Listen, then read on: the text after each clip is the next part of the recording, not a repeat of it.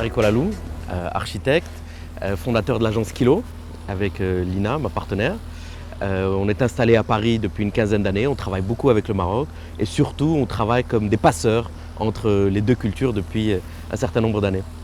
On a été chargé de réfléchir avec l'Institut du monde arabe sur qu'est-ce que pouvait être une installation temporaire pour complimenter le grand événement sur l'art contemporain. Et on a proposé cette notion d'installer une tente qui est un peu dans la continuité des installations qui se sont passées sur le parvis depuis quelques années. La notion de la tente va bien avec cette notion d'une installation temporaire, quelque chose qui n'a pas vocation à durer. C'était aussi une manière de rendre hommage à la grande culture du sud marocain, la grande culture du Sahara.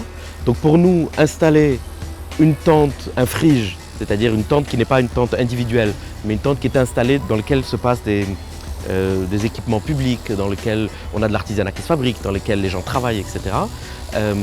Sur le parvis de l'Institut du monde arabe, dans la continuité de la place Mohamed V, était pour nous un très joli clin d'œil.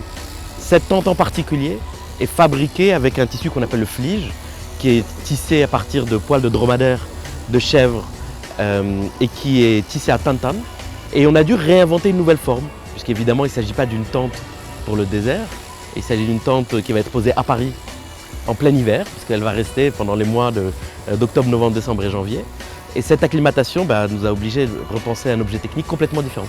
Donc ça reste une tente, puisqu'elle est complète, c'est une structure tendue, suspendue sur une membrane, mais le flige, le tissu, n'est pas structurel, il vient épouser une forme précontrainte, qui est en toile Ferrari. Et la manière dont il vient s'épouser est d'une certaine manière un clin d'œil à cette culture du désert.